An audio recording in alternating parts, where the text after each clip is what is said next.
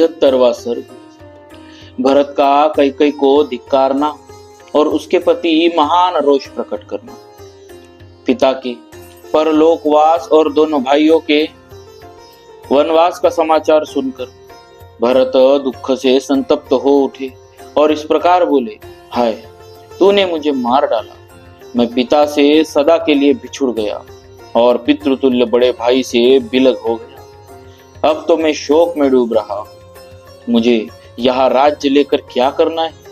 तूने राजा को परलोकवासी तथा श्री राम को तपस्वी बनाकर मुझे दुख पर दुख दिया है, घाव पर नमक सा छिड़क दिया है।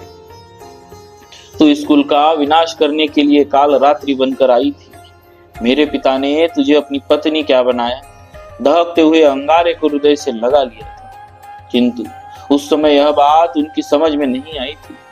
पाप पर ही दृष्टि रखने वाली कुल कलंकिनी, तूने मेरे महाराज को काल के गाल में डाल दिया और मोहवश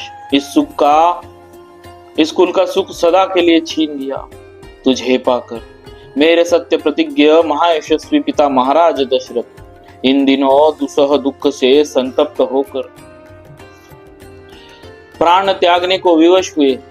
बता, तूने मेरे धर्मवत्सल पिता महाराज दशरथ का विनाश क्यों किया? मेरे बड़े भाई श्री राम को क्यों घर से निकाला और वे भी क्यों तेरे ही कहने से वन को चले गए? कौशल्या और सुमित्रा मेरी माता कहलाने वाली तुझ कैकई को पाकर पुत्र शोक से पीड़ित हो गई। अब उनका जीवित रहना अत्यंत कठिन। बड़े भैया श्री राम धर्मात्मा है।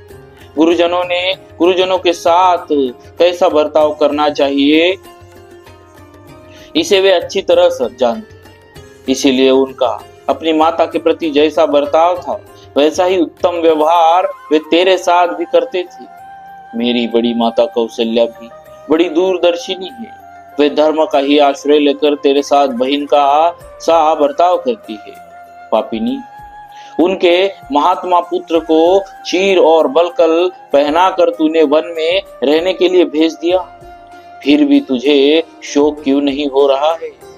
श्री राम किसी की बुराई नहीं देखते। वे शूरवीर, पवित्र आत्मा और यशस्वी है। उन्हें चीर पहनाकर वनवास दे देने में तू कौन सा लाभ देख रही है? तू लोभी है, मैं समझता हूँ। इसीलिए तुझे यह पता नहीं है कि मेरा श्री रामचंद्र जी के प्रति कैसा भाव है। तभी तूने राज्य के लिए यह महान अनर्थ कर डाला है। मैं पुरुष सिंह श्री राम और लक्ष्मण को न देखकर किस शक्ति के प्रभाव से इस राज्य की रक्षा कर सकता हूँ? मेरे बल तो मेरे भाई ही। मेरे धर्मात्मा पिता महाराज दशरथ भी सदा उन महातेजस्वी बलवान श्री राम का ही आश्रय लेते थे। उन्हीं से अपने लोक परलोक की सिद्धि की आशा रखते थे। ठीक उसी तरह जैसे मेरु पर्वत अपनी रक्षा के लिए अपने ऊपर उत्पन्न हुए गहन वन का ही आश्रय लेता था। यदि वह दुर्गम वन से घिरा हुआ न हो तो दूसरे लोग निश्चय ही उस पर आक्रमण कर सकते हैं। यह राज्य का भार जिसे किसी धुरंधर ने धारण किया था, मैं कैसे किस बल से धारण कर सकता हूँ? जैसे कोई छोटा सा बछड़ा बड़े बड़े बैलों द्वारा ढोए जाने योग्य महान भार को खींच नहीं सकता, उसी प्रकार यह राज्य का महान भार मेरे लिए असह्य है। अथवा नाना प्रकार के उपायों तथा बुद्धिबल से मुझ में राज्य के भरण पोषण की शक्ति हो तो भी केवल अपने बेटे के लिए राज्य चाहने वाली तुझ कैकई की मनोकामना पूरी नहीं होने दूंगा। यदि श्री राम तुझे सदा अपनी माता के समान नहीं देखते होते तो तेरी जैसी पापपूर्ण विचार वाली माता का त्याग करने में मुझे तनिक भी हिचक नहीं होती। उत्तम चरित्र से गिरी हुई पापिनी, मेरे पूर्वजों ने जिसकी सदा निंदा की है वह पाप पर ही दृष्टि रखने वाली बुद्धि तुझ में कैसे उत्पन्न हो गई? इस कुल में जो सबसे बड़ा होता है उसी का राज्याभिषेक होता है।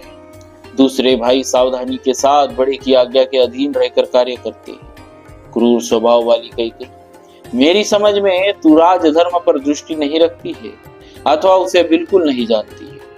राजाओं के बर्ताव का जो सनातन रूप है, राजाओं के बर्ताव का जो सनातन स्वरूप है, उसका भी तुझे ज्ञान नहीं। राजकुमारों में जो श्रेष्ठ होता है, सदा उसी का राजा के पद पर अभिषेक किया जाता है। सभी राजाओं के यहाँ समान रूप से इस नियम का पालन होता है। इक्ष्वाकुवंशी नरेशों के कुल में इसका विशेष आदर है, जिनकी एकमात्र धर्म से ही रक्षा होती आई है तथा जो कुलोचित सदाचार के पालन से ही सुशोभित हुए हैं। उनका यह चरित्र विषयक अभियान आज तुझे पाकर तेरे संबंध के कारण दूर हो गया। महाभागे, तेरा जन्म भी तो महाराज कैकेयी के कुल में हुआ, फिर तेरे हृदय में यह निंदित बुद्धिमोह कैसे उत्पन्न हो गया? अरे, तेरा विचार बड़ा ही पापपूर्ण है। मैं तेरी इच्छा कदापि नहीं पूर्ण करूंगा। तूने मेरे लिए उस विपत्ति की नींव डाल दी जो मेरे प्राण तक ले सकती है। यह ले, मैं अभी तेरा अप्रिय करने के लिए तुल गया हूँ। मैं वंश से निष्पाप भ्राता श्री राम को, जो स्वजनों के प्रिय है, लौटा लाऊंगा। श्री राम को लौटा लाकर उद्दीप्त तेज वाले उन्हीं महापुरुष का दास बनकर स्वस्थ चित्त से जीवन व्यतीत करूंगा। ऐसा कहकर महात्मा भरत शोक से पीड़ित हो गए।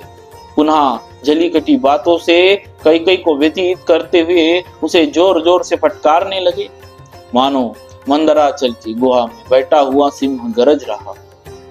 इस प्रकार श्री वाल्मीकि निर्मित आर्ष रामायण आदि काव्य के अयोध्या कांड में 73वां सर्ग पूरा हुआ। बोली श्री सीताराम महाराज की जय।